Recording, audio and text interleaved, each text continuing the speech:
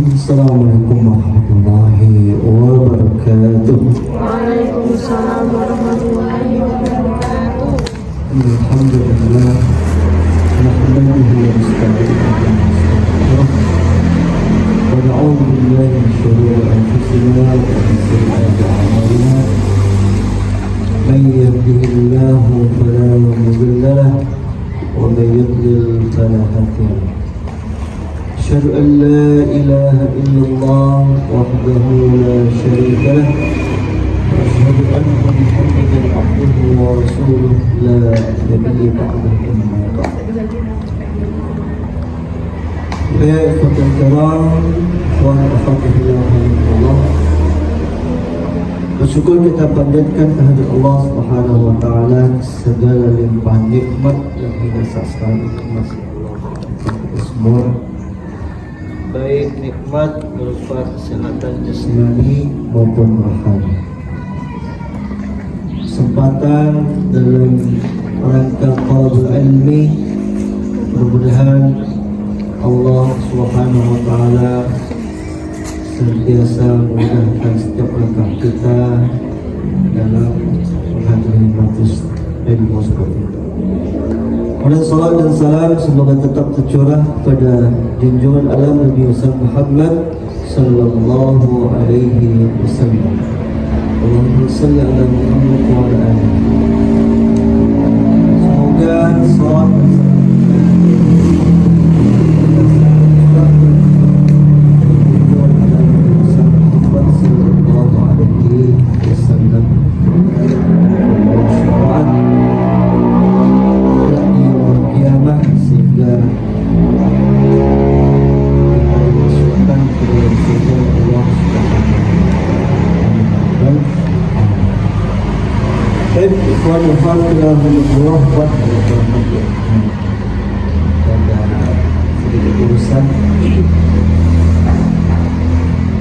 kajian kita dulu sampai bab apa, Tahir?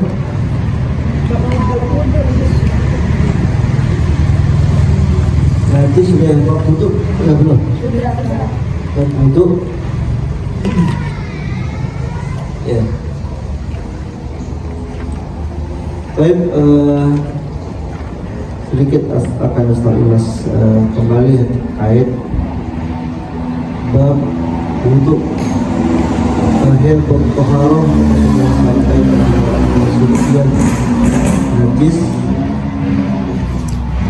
yang mana dalam kesucian najis itu mulai dari istihalah ataupun mengklaim sesuatu yang haram menjadi dibolehkan atau tidak najis, kemudian disamak seperti halnya kulit ataupun dari hewan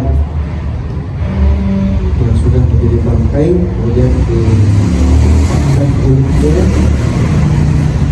seperti kulit sapi, kulit kambing, atau bahkan kulit buaya sekalipun. Kemudian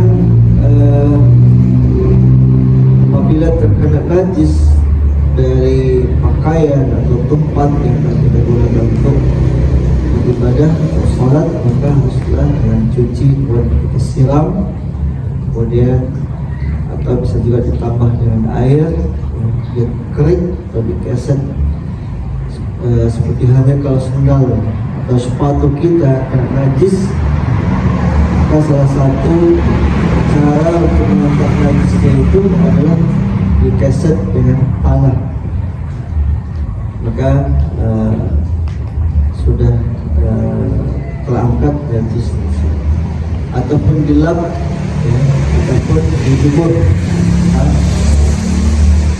dari benda-benda yang sudah terkena najis ini kan suci lagi suci. Dan ikhwati ukhwati fillah rahimakumullah, dan untuk bab wudhu saat sekarang ini, bagaimana lanjutan dari bab taharah. Bagaimana kita pahami bahwasanya wudhu ini merupakan cara bersuci dengan menggunakan air yang berhubungan dengan muka, kedua tangan, kepala, bahkan sampai kedua kaki. Nah, terkait dasar diberlakukannya wudu, yang mana suatu perbuatan yang disyariatkan berdasarkan firman Allah Subhanahu wa taala di surat apa kemarin? Al-Maidah ayat yang 6. A'udzubillahi minasyaitonir rajim. Ya ayyuhalladzina amanu idza qumtum ilas shalah faghsilu wujuhakum ilal marafiq wamsahu bi ru'usikum wa arjulakum ilal ka'bayn. Hai orang-orang yang beriman, kata Allah, apabila kamu hendak mengerjakan salat, maka basuhlah mukamu, basuhlah kedua tanganmu sampai ke siku, dan usaplah kepalamu, dan basuhlah kakimu sampai dengan kedua mata kaki. Ini menunjukkan bahwasanya di antara rukun wudu itu mulai daripada niat, ya, tentunya. Ketika kita akan melaksanakan ibadah berwudu, maka terlebih dahulu kita mengawalnya dengan membaca niyat. Nah, membaca niyat ini tentu ada dua hal yang harus kita pahami di sini. Boleh memasang niatnya itu dalam hati ataupun dengan jahar. Nah, ketika membaca niat wudu ini dengan jahar, maka tentu kita terlebih dahulu, ya, memastikan tempat yang kita akan berwudu itu bukan pada tempat yang tidak dibolehkan mengucapkan lafaz jalal atau lafaz Allah. Contoh seperti di luar kamar mandi ataupun di luar WC. Jadi kita membaca niat wudu, apa niatnya? Nawaitul wudu'a li raf'il hadatsil asghari fardhillahi ta'ala. Nah, bagaimana kalau sudah terlanjur di dalam WC ataupun kamar mandi, boleh nggak kita membaca niat? Boleh, tapi dengan hati, ya, atau dalam hati. Maka dalam kondisi seperti itu kita berniat atau memasang niatnya dalam hati, sengaja aku atau nawaitul wudu'a, niat berwudu untuk mengangkat hadas kecil karena Allah Subhanahu wa ta'ala. Ini rukun yang pertama dalam berwudu berdasarkan dari firman Allah Subhanahu wa ta'ala surat Al-Maidah. Rukun yang keduanya adalah membasuh wajah. Bausilu wujuhakum, ya. Idza qumtum ila shalah bausilu wujuhakum, ya. Basuhlah wajahmu. Dia menandakan bahwasanya rukun daripada wudu ini membasuh wajah. Kalau rukunnya satu kali, nanti akan kita bahas juga bagaimana sunnah-sunnah dalam berwudu. Kalau untuk menggugurkan kondisi membasuh wajah ini, maka cukup dengan satu kali kita gugurlah rukun. Kemudian membasuh kedua tangan ilal marafiq wa aydiyakum ilal marafiq. Membasuh kedua tangan itu sampai ke siku. Jadi kalau sunnahnya itu membasuh tangan itu mulai dari ujung jari kita, ya, ujung jari sampai ke siku. Nah, kalau Imam Syafi'i, beliau melebihkan lebih, bukan hanya sebatas siku, tapi melebihkan sedikit, ya, sampai bagian lebih daripada siku. Jadi kalau urutannya itu membasuh, ya, dari punggung tangan kemudian sampai batas ini, kemudian sampai ke telapak tangan, maka dihitung satu kali. Lalu bagaimana kalau seandainya, apakah membasuh itu dalam artian mengalirkan air saja? Apakah harus digosok-gosok? Kalau tangan kita memang tidak terkena najis, artinya memang sebelumnya sudah dalam kondisi bersih, maka cukup dengan mengalirkan air saja. Atau mungkin ada yang sebagian kita pernah melihat bagaimana membasuh tangan itu apabila kalau pakai keran. Tangan itu cuma diletakkan keran itu, air mengalir tanpa harus digosok-gosok. Ini tentu sudah memenuhi syarat. Artinya ketika air itu sudah masuk ke dalam pori-pori daripada tangan kita, maka dipastikan kalau tangan kita itu tidak tertutup pori-porinya dengan sesuatu yang bisa menghalangi air masuk ke dalamnya, maka sudah memenuhi rukun. Lalu bagaimana kalau tangan kita kena cat, ya, atau kuku kita yang kena cat? Lagi kalau ibu biasanya kalau dikasih apa namanya?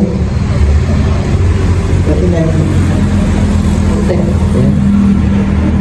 Kalau inai masih dibolehkan, kayak pewarna saja, dia tidak menutupi pori-pori kuku. Tapi kalau kontek itu, dia sudah menutupi pori-pori. Maka kalau ibu-ibu akhwat,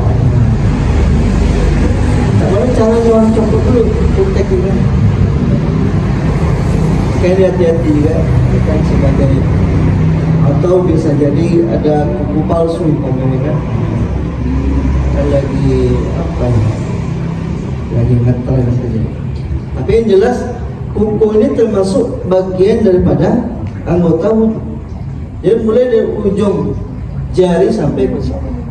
Atau bisa jadi tangan kita kena cat, kan terlebih dahulu harus dibersihkan. Tapi kalau sudah tidak ada hal yang menghalangi pori tersebut dari masuknya air, maka syarat ataupun rukun daripada wudhu sudah terpenuhi. Wa aydiyakum ilal marafiq, kemudian wamsahu bi ru'usikum, memusah.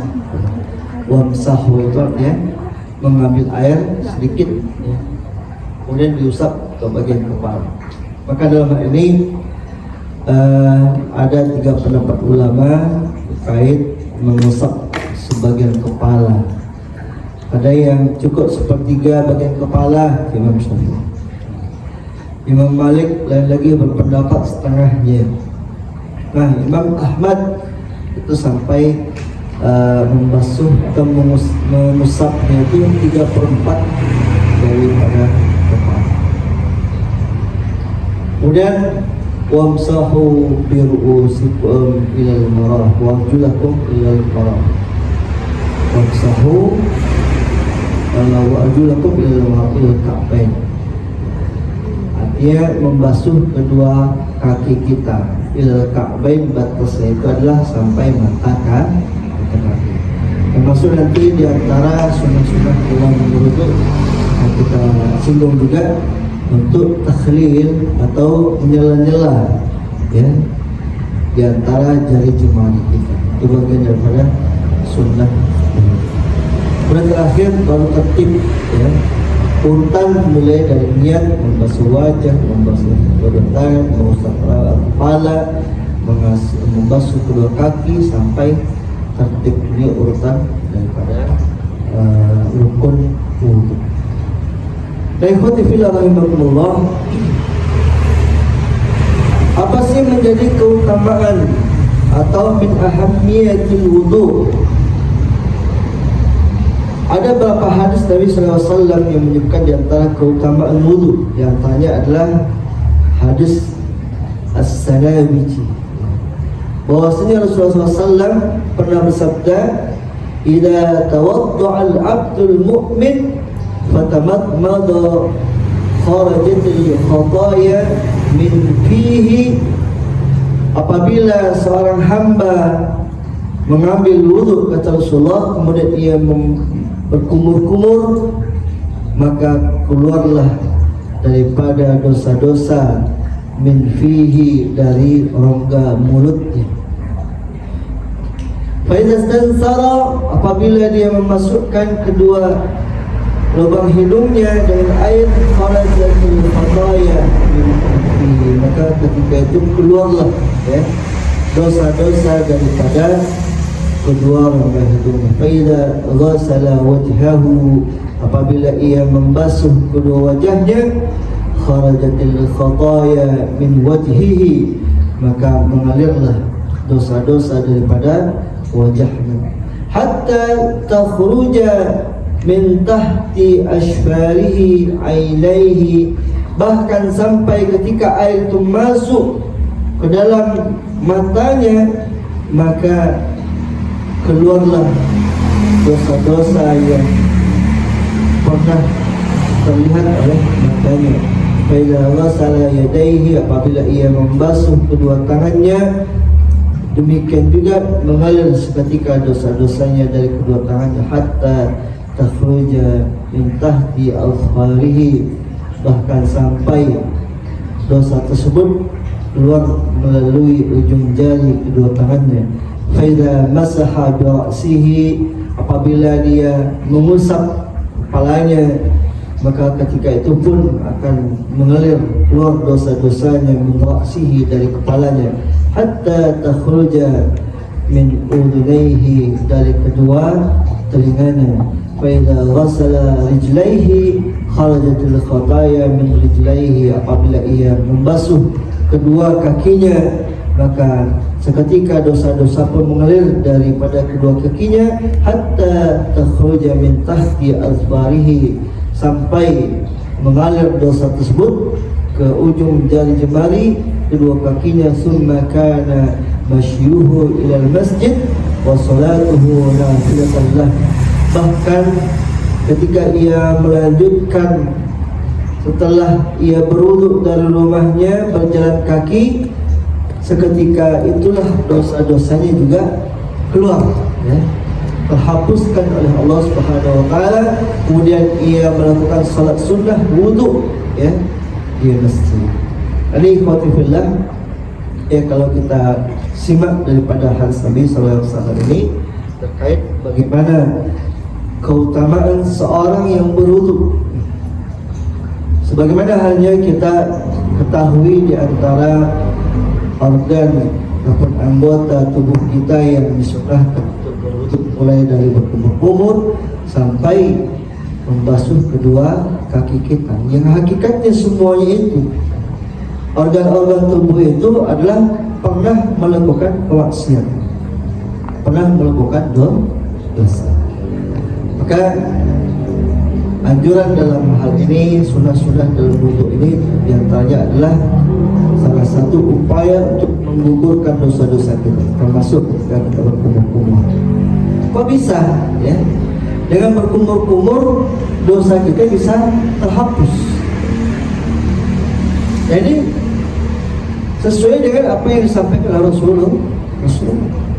Artinya ketika Rasulullah SAW mengatakan kita meyakini apa yang beliau katakan, maka insya Allah dengan apa yang kita lakukan sunnah-sunnah dalam berwudu ini akan mengalirlah dosa-dosa kita dari anggota tubuh yang pernah kita lakukan. Nah, jadi ini salah satu di antara keutamaan ketika kita berwudu. Makanya dalam kesempatan apapun, ya, ketika kita dimudahkan untuk berwudu, berwudulah. Walaupun ya mungkin tidak termasuk dalam waktu masuk sholat. Contoh antara zuhur dengan asar kan agak panjang waktu, jam 2 atau jam 3 sebelum masuk waktu sholat. Kita berwudu, kemudian batal lagi wudu kita, berwudu kembali. Itulah yang dilakukan oleh Bilal. Sunnah yang menyebabkan beliau itu sampai terkagum-kagum Rasulullah. Wahai Bilal, apa amalan yang kita lakukan? Padahal Rasulullah tahu sebenarnya, tapi ini sebagai pelajaran bagi kita bahwasanya Rasulullah ingin mengabarkan. Bukannya Rasulullah tidak melakukannya, tapi terkagum-kagum Rasulullah SAW apa yang dilakukan oleh Bilal bin Rabah. Sampai akhirnya Bilal pun kaget, ya. Kata Rasulullah, sandalmu itu terdengar di surga. Artinya Sandalnya saja sudah sampai, apalagi membeli. Antara sahabat-sahabat Nabi yang dikabari ya sebagai ahli surga di antara 10 sahabat al-ashrul mubasysyaruna bil jannah, 10 sahabat ya yang dijamin masuk surga, walaupun tidak di dalamnya itu termasuk Bilal, tapi isyarat daripada Rasulullah Bilal itu juga sebagai penghuni surga. Dan salah satu amalnya adalah menjaga wudu. Baik, dari Anas bin Malik juga Rasulullah pernah bersabda, innal khaslata salihata takunu fil rajuli yuslihu Allahu biha amalahu kullahu wa tahuru rajuli li salatihi yukaffiru Allah bi tahurihi dhunubahu wa tabqa salatahu lahu nafilatan. Sesungguhnya perkara yang baik yang ada pada diri seorang adalah apabila Allah memperbaiki amalnya secara keseluruhan, dan dengan bersucinya seorang untuk salatnya, maka Allah Subhanahu wa taala mengampuni dosa-dosanya dan salatnya tetap mendapat pahala. Ini khotifillah rahimahullah. Jadi isyarat daripada Nabi SAW bahwasanya Allah Subhanahu wa taala itu akan memperbaiki amal seorang itu secara keseluruhan. Artinya memang ketika kita melakukan sesuatu itu sebetulnya banyaklah tidak sempurna ya. Tapi Allah Subhanahu wa taala memperbaiki secara keseluruhan, termasuk dalam hal ini berwudu. Artinya memang perlu kita pahami di sini bahwasanya pentingnya bagi kita untuk menyempurnakan wudu kita dalam rangka bagaimana Allah Subhanahu wa taala memperbaiki amal-amal kita. Salat itu tidak akan sempurna kalau wudunya tidak sempurna. Maka ini kuncinya dalam hal taharah, terutama dalam hal berwudu, penting bagi kita untuk memperbaiki wudu kita. Apalagi dalam hal ini Allah Subhanahu wa taala mengampuni dosa-dosa kita dengan berwudunya dengan air yang mengalir, maka mengalirlah dosa-dosa daripada anggota tubuh yang kita basuh dengan air wudu. Ini salah satu urgensi atau pentingnya kita berwudu. Sampai juga berwudu ini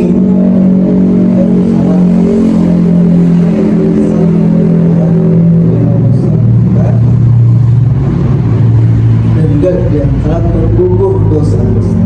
Ya, kalau kita ingin ya, dosa-dosa kita itu berguguran, maka salah satu upaya yang kita lakukan adalah dengan memperbanyak wudu kita. Kemudian juga dalam hadis tadi juga disebutkan bahwasanya makanya masyuh di masjid, kemudian langkah kakinya menuju ke masjid, itu akan menghapus dosa. Artinya setiap langkah itu akan terangkat dosa-dosa kita, terhapus dosa-dosa kita. Makanya anjurannya sebetulnya kalau ke masjid itu adalah masyuh, perjalanannya. Masyuh itu adalah maksudnya melangkahkan kaki. Sama ada melangkah motor. Makanya sebetulnya dalam Islam itu dinilai tingkat tingginya atau besarnya pahala itu adalah berdasarkan dengan tingkat kesusahan. Semakin jauh masjid berarti semakin banyak langkah, kan seperti itu. Semakin berat usaha yang dilakukan, maka semakin tinggi pahalanya. Makanya kenapa jihad fisabilillah itu besar? Karena berat ya, pahala bagi orang-orang yang berjihad. Dalam menuntut ilmu besar pahalanya. Karena setiap langkah itu akan menuju surga. Man salaka tariqan yaltamisu bihi ilman sahhalallahu lahu tariqan ila jannah.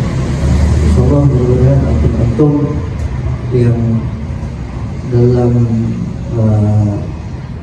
malam yang mesti sudah harus tidur tapi menuntut ilmu. Semoga Allah mudahkan menuju surga Allah. Allahumma amin.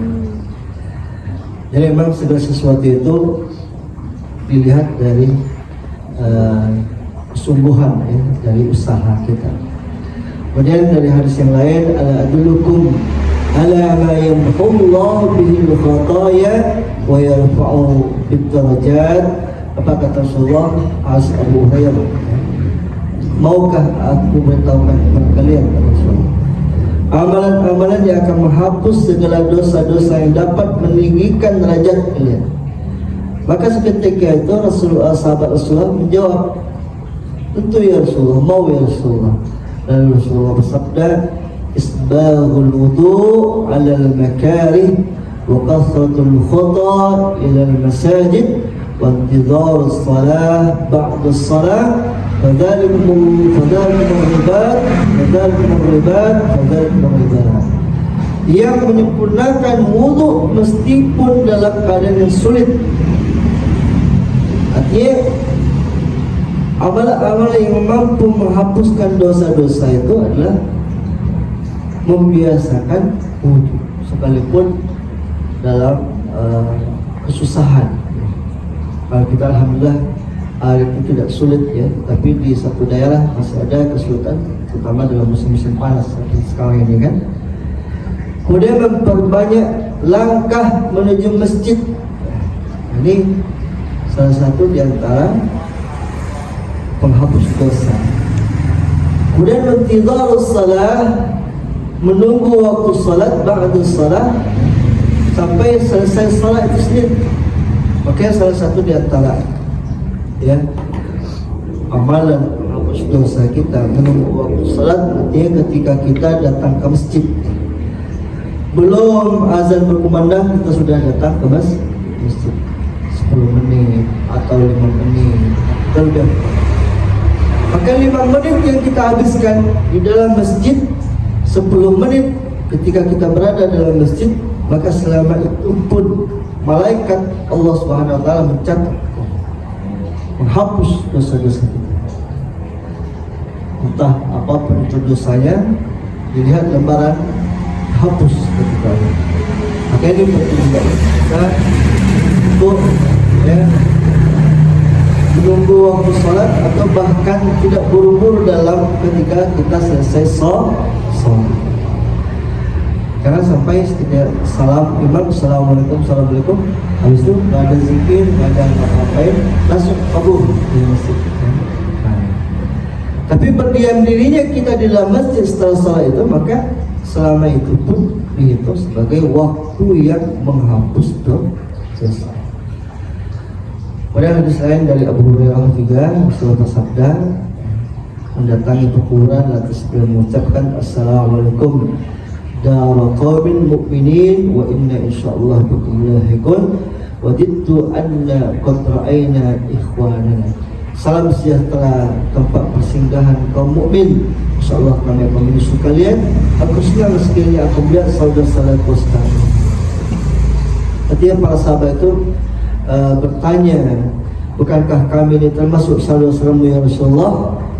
Maka Rasulullah menjawab, antum ashabi, kalian itu bukan sahabatku, kalian itu sahabatku, Rasulullah.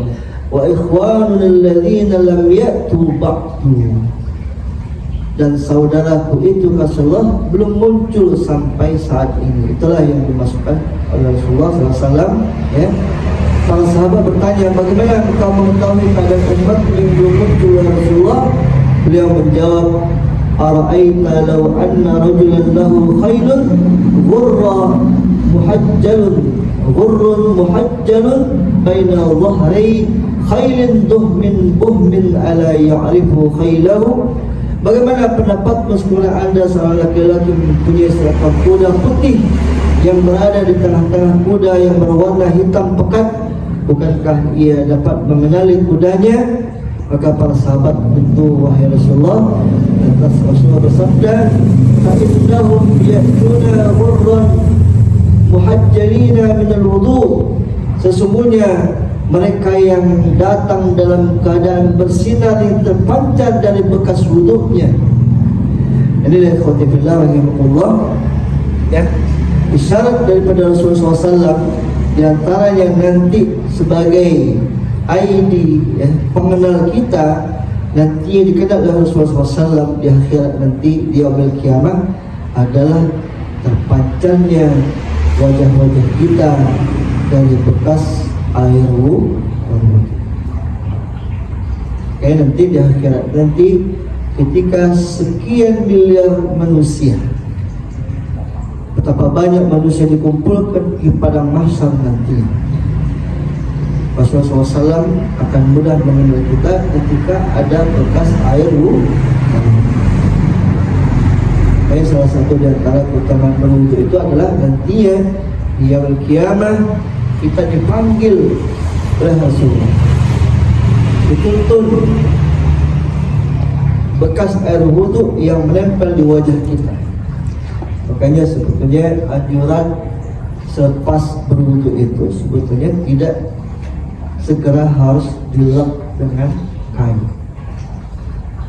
Ada masanya ibu-ibu ni kan, ahwat-ahwat ni, ya kami nak bermake up dulu Ustaz. Tapi biarkanlah air wudhu itu mengalir di wajah kita. Itulah yang nantinya menyerap, ya, mengering sampai akhirnya air wudhu itulah nantinya akan menjadi cahaya. Itulah, ya, isyarat dari Rasulullah SAW sebagai pengenal tanda-tanda kita sebagai umat ya Rasulullah. Bahkan Rasulullah SAW mengatakan hum ikhwanuna, adalah mereka yang semua itu adalah saudara-saudara kita. Jadi dalam hal ini itu tentulah kita yang terbiasa menjaga wudhu kita, bukan hanya sekedar untuk salat, ya. Tapi ketika kita mau membaca Quran kita perlu berwudhu. Bahkan ketika kita mau tidur pun dianjurkan untuk berwudhu. Ini salah satu di antara pentingnya bagi kita kenapa kita harus berwudhu. Jadi nanti di akhir seperti itu, ya.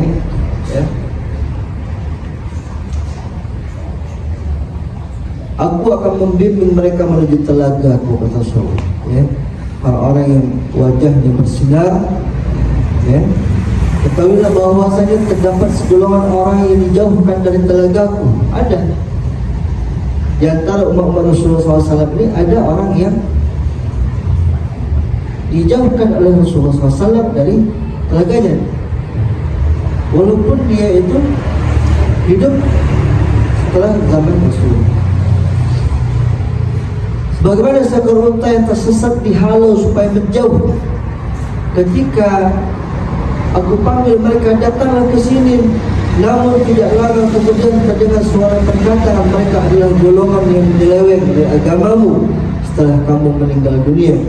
Maka pada saat mendengar itu, aku balik berkata kepada mereka, menjauhlah dariku, menjauhlah dariku. Itu kata Rasulullah. Ya, memang ini salah satu di antara orang-orang yang tidak mendapatkan syafaat daripada Rasulullah, karena mereka adalah orang-orang yang menyeleweng, orang-orang yang menyimpang dari ajaran agama Islam. Ini kebetulan, ya, urgensi daripada kita berwudhu. Kemudian sunnah-sunnah dalam berwudhu mulai dengan membaca basmalah tentunya. Walaupun ada beberapa hadis dhaif yang memerintahkan agar membaca basmalah itu ketika hendak berwudhu. Meskipun semua pendudukan hadis ini dhaif, tapi jika seluruhnya disatukan maka hukumnya sama dengan hadis yang hasan, ya, dan dapat dijadikan sebagai dasar hukum.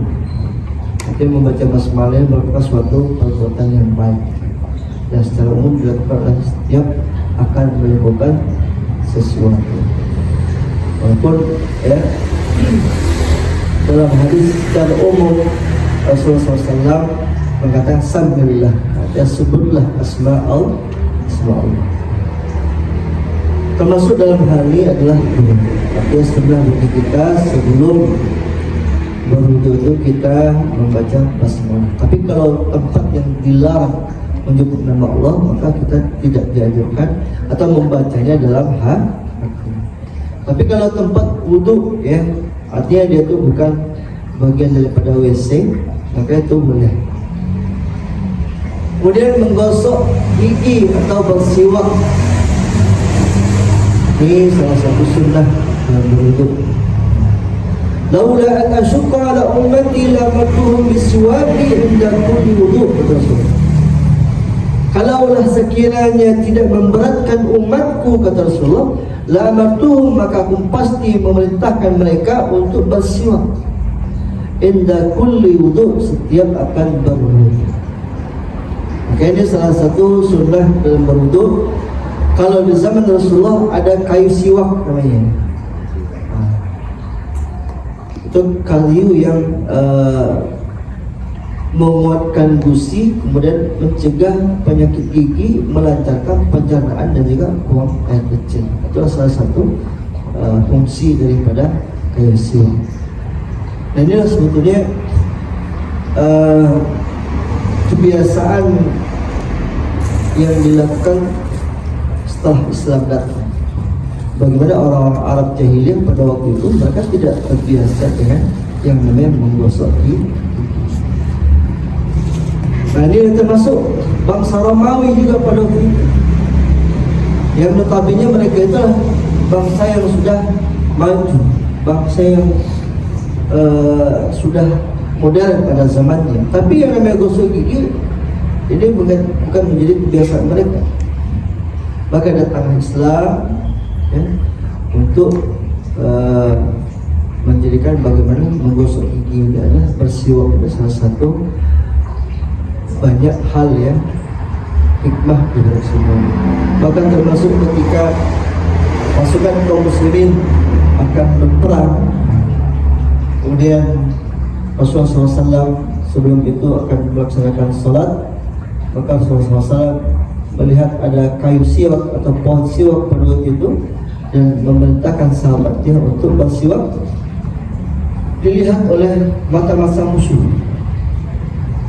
Jadi bahwasanya Rasulullah dan sahabatnya itu kayu dimakannya, padahal cuma bersiwak. Kelihatan dari jauh seperti orang yang makan kayu. Akhirnya heboh kan? Sampai akhirnya apa? Ngeri. Orang kaum muslim ini, kata orang kafir pada waktu itu, mereka itu orang-orang pemakan kayu. Jangan-jangan kita juga dimakan juga. Akhirnya nggak jadi makan nyerang. Ada salah satu hikmahnya. Dan Rasulullah SAW pernah mengatakan, laula asyqa, kalaulah tidak memberatkan umatku, kata Rasulullah, lamartuhum bisiwak, maka aku perintahkan mereka untuk bersiwak. Kemudian hadis Aisyah radhiyallahu anha juga mengatakan, as-siwaku madharatun lil fami mardatun lirabbi. Bersiwak itu dapat membersihkan mulut dan mendatangkan keridhaan Allah Subhanahu wa taala. Ini salah satu hikmah bagaimana bersiwak itu, bergosok gigi itu adalah membersihkan mulut dan mendatangkan keridhaan. Kemudian hadis yang lain juga Rasulullah SAW, seorang yang tidak bergigi disunahkan menggosok jarinya pada usia, sebagaimana dasar atas hal ini adalah hadis Aisyah. Ia bertanya kepada Rasulullah, ya Rasulullah, seorang yang sudah tidak ada gigi, apakah ia tetap dianjurkan untuk bersiwak? Kata Rasulullah. Rasul bersabda, ya benar. Aku bertanya lagi, bagaimana caranya? Beliau menjawab, yudkhilu usbu'ahu fihi, hendaknya ia memasukkan jarinya ke dalam mulut, kemudian menggosok-gosoknya. Bahkan sampai hari ini ya, anjuran sekalipun orang itu tidak punya gigi alias ompong, nah, tidak ada lagi giginya, Kenapa ini digosok lagi ya Rasulullah? Seperti itu kan? Dia tetap ya digosok-gosok kursinya itu ada lagi. Ini saking sunnahnya. Kemudian mencuci kedua telapak tangan. Ini sunnah. Berapa banyak? 3 kali. Jadi jauh-jauh hari sebelum datangnya COVID ya, Islam 14 abad yang silam itu sudah menganjurkan membasuh kedua telapak tangan. Bahkan tahlil ya, tahlil itu dia menjela-jela jari-jari ya. Sela-sela jari-jari itu dibasuh. Rasul bersabda, "Istaiqadha ahadukum min nawmihi fala yaghmis yadahu fil ina hatta yaghsilaha thalathan fa innahu la yadri aina batat sudah." Jika seorang bangun dari tidur, hendaknya ia tidak langsung memasukkan kedua tangannya itu dalam bejana sampai ia mencucinya sebanyak 3 kali. Karena ia tidak mengetahui di mana tangannya itu berada saat ia tidur. Jadi memang ketika bangun tidur ya, kita dianjurkan untuk membasuh kedua tangan terlebih dahulu. Kalau zaman Rasul kan dulu pakai bejana atau gentong ya, ember. Itu yang digunakan untuk berwudu. Tapi sebelum memasukkan air ke dalam bejana itu pakai wadah, pakai kayu. Kalau sekarang kita kayak ada keran, basuh kedua tangan. Kemudian sunnah yang keempat, berkumur-kumur sebanyak 3 kali. Idza tawaddo'a famadmid. Apabila hendak berwudu maka berkumur-kumurlah, kata Rasul. Kemudian kelima, sunnah berikutnya memasukkan air ke dalam hidung, kemudian mengeluarkannya sebanyak 3 kali. Idza tawadda'a ahadukum falyaj'al fi anfihi ma'an thumma liyastanza. Jika seorang akan berwudu, hendaknya ia memasukkan air ke dalam rongga hidungnya lalu mengeluarkannya lagi. Maka sunnah istinthar, ada istinsyaq.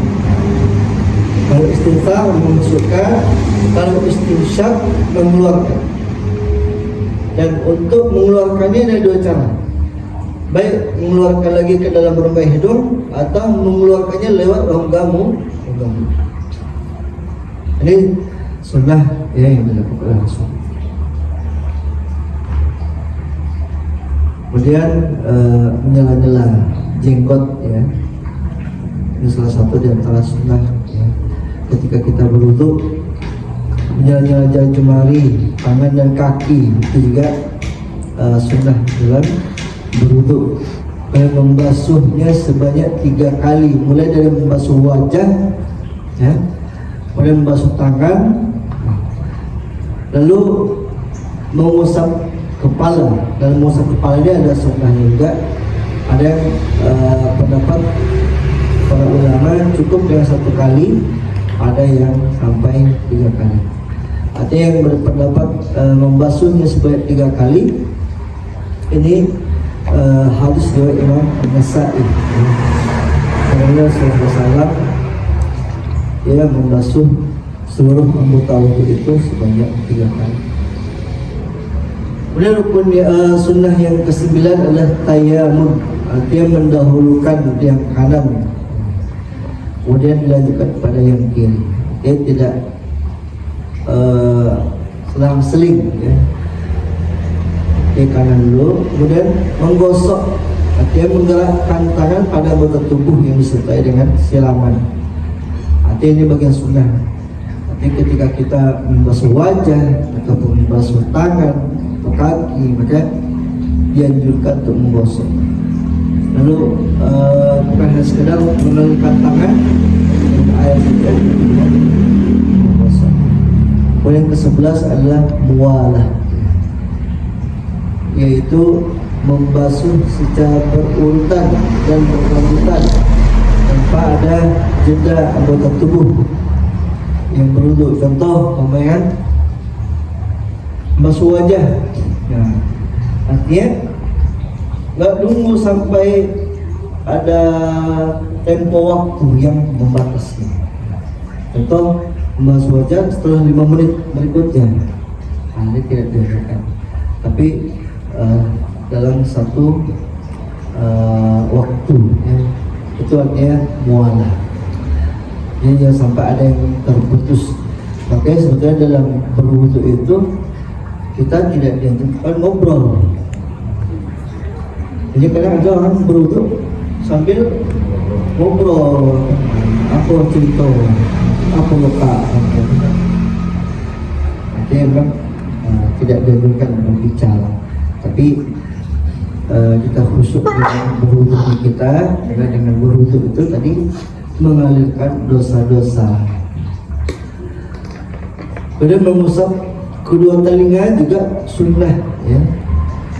Contoh yang diajarkan Rasulullah SAW, walaupun tadi tidak termasuk, ya, bagian daripada rukun, ya, mengusap kedua telinga, tapi dia juga bagian daripada sunnah.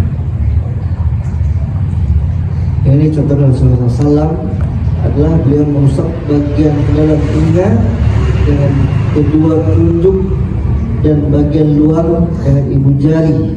Jadi posisi telunjuk bagian dalam, ya, kalau ibu jari bagian luar.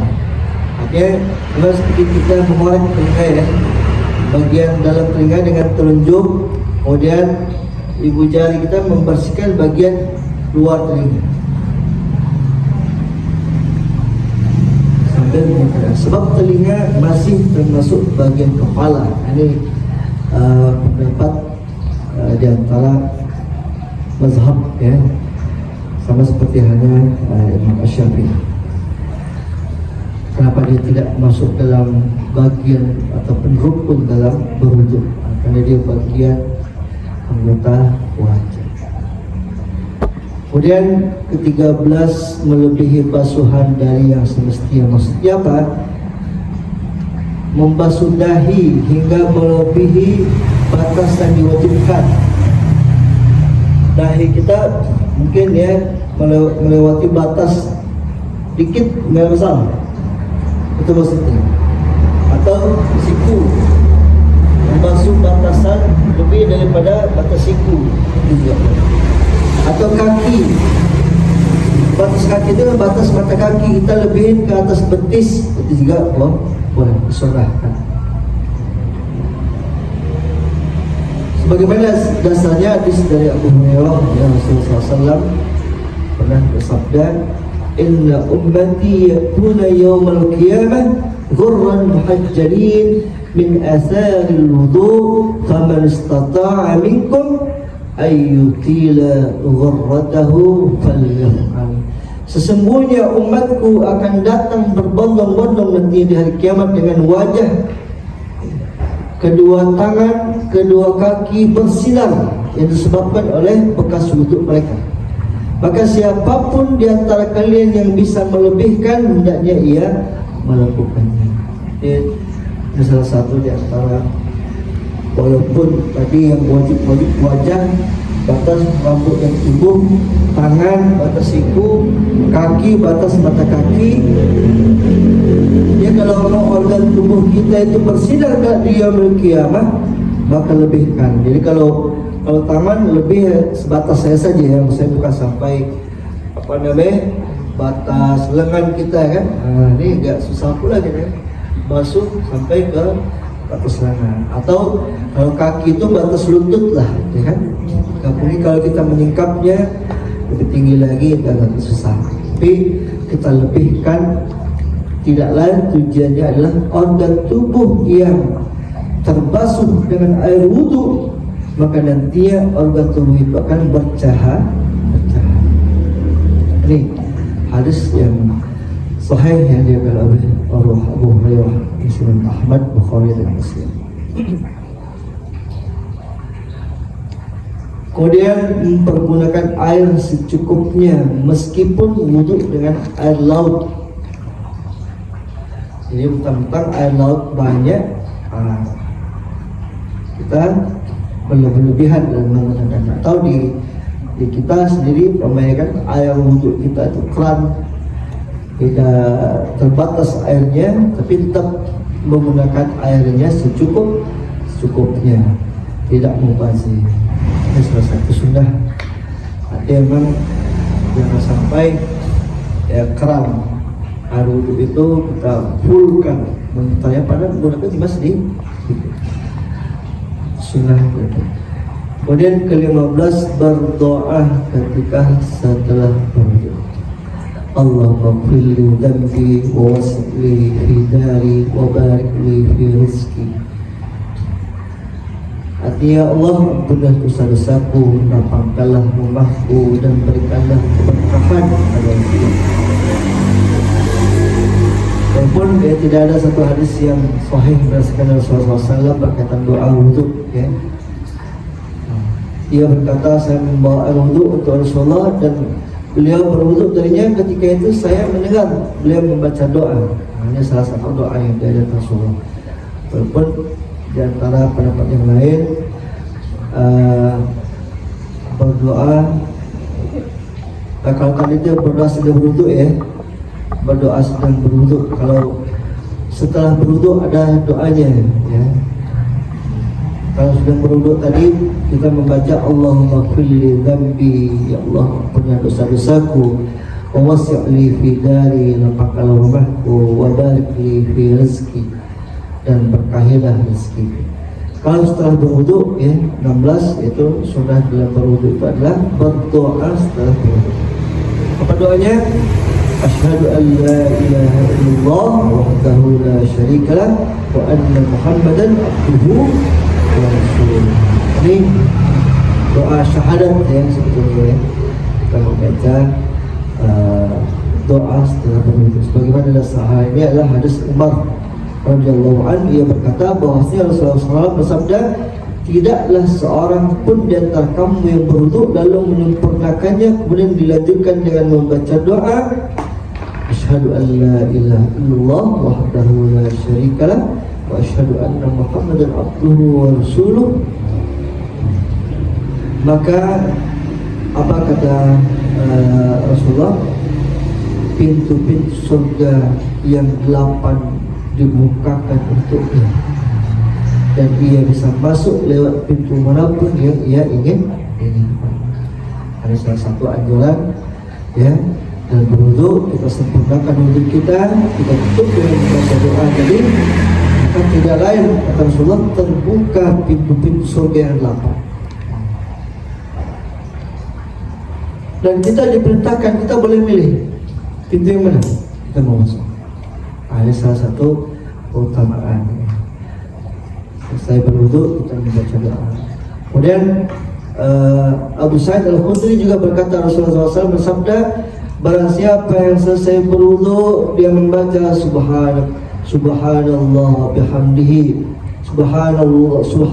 subhanallahumma wa bihamdika asyhadu an la ilaha illa anta astaghfiruka wa atubu ilaik, ya. Ini doa kafaratul, ya, majlis, ya, sering kita baca subhanallahumma wa bihamdika asyhadu an la ilaha illa anta astaghfiruka wa atubu ilaik. Maka amalnya ditulis dalam sebuah kepingan perak, kemudian dimasukkan ke dalam sebuah penyimpanan yang tidak akan pecah selama-lamanya hingga hari kiamat. Ini ya doa-doa berwudu yang kedua, ya. Doa yang ketiga apa? Allahumma ij'alni minat tawwabina waj'alni minal mutatahhirin. Apa kira-kira? Doa yang pertama tadi apa?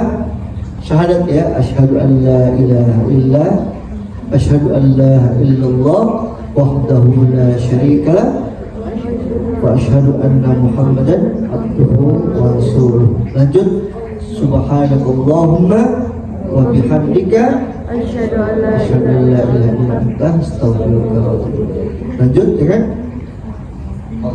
Allahumma ij'alni minat tawwabina waj'alni minal mutatahhirin. Nah, ini sunnah, ya, dalam berwudu membaca doa. kemudian mengerjakan sholat 2 rakaat setelah berwudu. Ini 17 ya, sunnah dalam berwudu. Apa kata Rasulullah? Ma min ahadin yatawaddau fa yuhsinu al-wudu wa yusalli rak'atain yuqbilu biqalbihi wa wajhihi 'alaihima illa wajabat lahu al-jannah.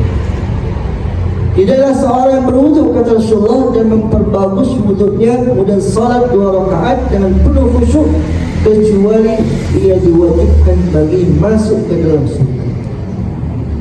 Ini kata Rasulullah.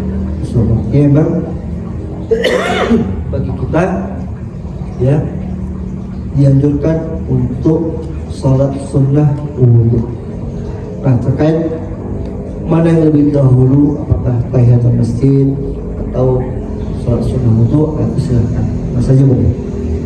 Ya, kita tahiyat duluan, habis itu kita lagi sholat sunnah wudu.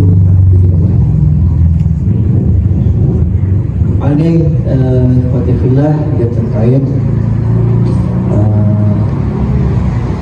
rukun wudu dan juga sunnah-sunnah wudu yang sudah kita bahas ya.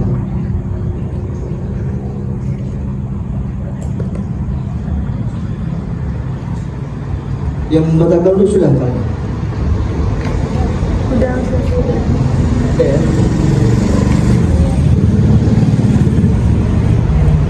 Mungkin bagi jawaban salah pertemuan berikutnya yang kami bukan termasuk habis itu adalah tayammum ya. Ini rangkaian daripada bertaharah. Sampai di situ mungkin ada yang didiskusikan, ditanyakan boleh. Waktu kita ada kurang lebih 5 sampai 10 menit ya. Silakan. Ya, Ustaz, mau bertanya terkait yang membatalkan wudhu. Ya. Kalau misalnya ibu-ibu nih udah wudhu, terus ganti celana anaknya, Ustaz, bisa jadi itu terkena najis. Itu cukup cuci tangan aja atau wudhu lagi? Iya. Ada lagi kalian? Ada. Ya. Assalamualaikum warahmatullahi wabarakatuh.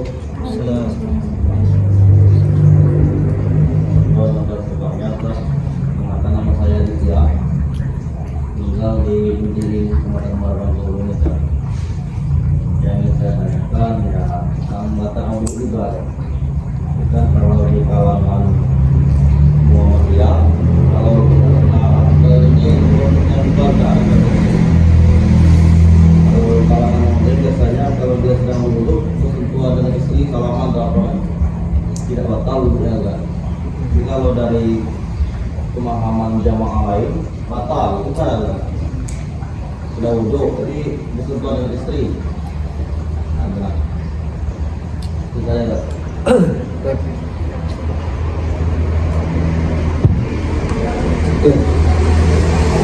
Sama yang terkait membatalkan wudhu adalah kalau sesuatu dari kemaluan otomatis ya membatalkan wudhu. Yang kedua, tidur. Seorang dikategorikan tidur yang membatalkan wudhu itu adalah tidur yang sambil berbaring ya, atau tidur terlentang, atau bisa jadi tidurnya itu tidur duduk tapi mengeluarkan sesuatu. Kalau sambil duduk, kan, ngorok pula lagi keluar sesuatu ya. Itu saking dalam tidurnya kan. Mengeluarkan air liur ya, atau air tangki. Maka kalau ada tidur seperti itu, maka sebaiknya dia mengaku itu kembali. Ya, ini biasanya kan sering terjadi di kaum bapak, kan? Lagi sholat Jumat dengan khutbah langsung tidur habis itu. Apalagi posisinya dia diam dekat tembok atau dekat tiang, udah selesai. Tapi kalau tidurnya itu apa namanya, ya tidur ayam, mungkin ada juga seperti itu. Tapi ada kalau ada yang Sambil ngorok khotibnya khutbah, dia khutbah pula. Oke, tidurnya itu sudah membatalkan hukum, sekalipun dia tidak berbalik. Kemudian hilang akal. Orang yang gila, majnun, ini batal wudhunya. Lalu kapan ketika dia sembuh dari hilang akalnya, maka hilang akalnya sebetulnya bisa disebabkan mabuk, orang yang mabuk maka hilang akalnya. Maka dalam Al-Quran itu kan la taqrabus shalah wa antum sukara, jangan kalian dekati salat, artinya mengerjakan salat sedangkan kalian dalam kondisi mabuk. Artinya memang tahapan larangan dalam mabuk minum khamar ini ada beberapa tahapan, termasuk ketika itu ada sahabat yang sholat sendirian, setengah mabuk, setengah hilang akalnya, baca sholat al-kafirun. Qul ya ayyuhal kafirun la a'budu ma ta'budun wa la antum 'abiduna ma a'budu. Diulang lagi. Wala ana 'abidun ma abattum wala antum 'abiduna ma a'budu. Selesai. Dan ketemu ujung ayat ya kan. Oke, ketika itu juga Rasulullah SAW ya. La taqrabu, perintah salat ya, perintah ayat Al-Quran baik seorang yang dalam kondisi mabuk. Karena memang salah satu tradisi jahiliyah pada waktu itu. Jadi memang bukan sekarang saja ya, orang mabuk-mabukan itu zaman jahiliyah juga sudah banyak ya, tradisi orang-orang mabuk-mabuk. Kalian merusak akal, menghilangkan akal, maka batal. Menyentuh kemaluan, menyentuh lawan jenis, ini mayoritas ya di antara pak mazhab ya, kecuali daripada Imam Ahmad bin Hanbal. Ya, kalau Muhammadiyah berarti menganutnya pendapat dari Imam Ahmad ya. Tapi kalau Imam Syafi'i mengatakan bahwasanya menyentuh lawan jenis termasuk istri juga kan, maka ia batal gitu. Tapi Abu Hanifah atau Imam Malik juga mensyaratkan boleh bersentuhan tapi tidak dengan syahwat. Termasuk dalam hal ini juga Imam Ahmad ya. Tapi Imam Ahmad ya termasuk ya pendapat yang digunakan ketika dalam kondisi tertentu. Maksudnya apa? Contoh seperti orang sedang tawaf ya. Dalam kondisi berdesak-desakan, laki-laki perempuan kan tidak ada jalur khususnya karena memang tempatnya terbuka ya. Akhirnya ya pada waktu itu bersentuhan laki-laki dan perempuan. Maka dalam kondisi seperti itu Imam Ahmad, maka Imam Syafi'i juga membolehkan, artinya tidak membatalkan dulu. Lalu bagaimana dengan kita? Mana yang lebih aman ya? Sebetulnya boleh nggak kalau dalam kondisi ya seperti halnya dari Muhammadiyah memandang bahwa saya tidak batal, ya boleh terus. Artinya ini sudah menjadi kajian dari Majelis Tarjih Muhammadiyah terkait hukum, landasan hukum ketika seorang suami istri ya, bahkan ya Rasulullah SAW pernah dalam suatu ketika Rasulullah SAW mencium pipi Aisyah pada waktu itu. Lalu ketika itu Rasulullah nggak ambil wudhu lagi, langsung sholat asar pada waktu itu. Hanya salah satu landasan hukum ya. daripada bahwasanya menyentuh lawan jenis dalam hal ini adalah istri tidak membatalkan wudhu. Kalau yang tadi terkena najis, apakah membatalkan wudhu? Tentu tidak, ya.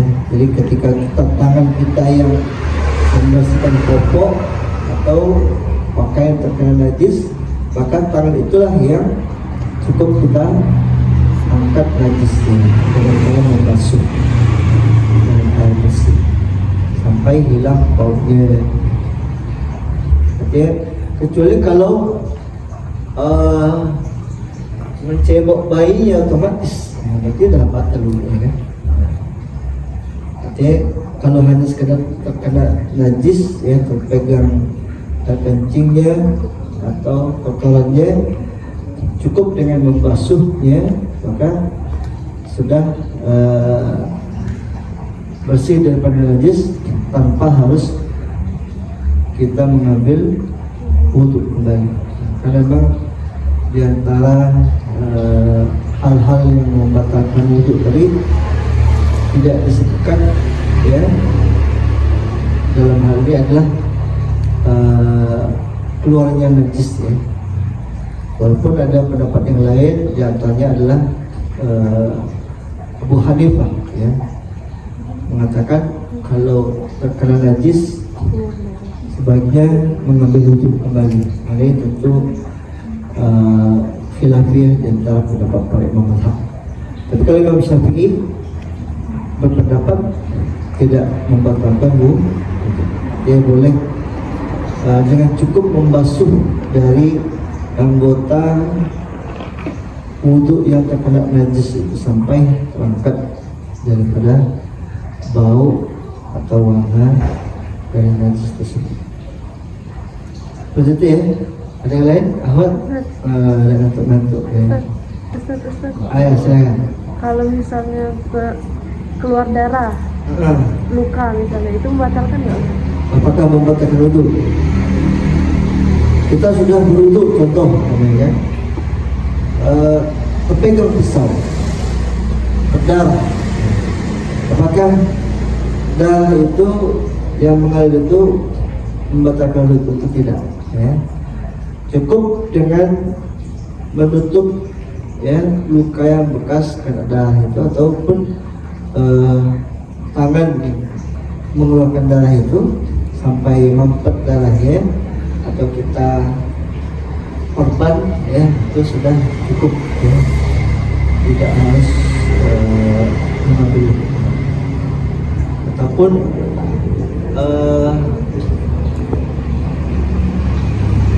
terjadi kecelakaan, kemudian sampai tergores, ya, kita ada istri. Dia kita sudah berwudhu terlebih dahulu dari rumah, apakah cukup membasuh bagian yang mengeluarkan darah itu tanpa kita harus berwudhu kembali? Ada lagi? Cukup? Cukup, ya. Insyaallah di lain waktu akan lanjutkan kembali.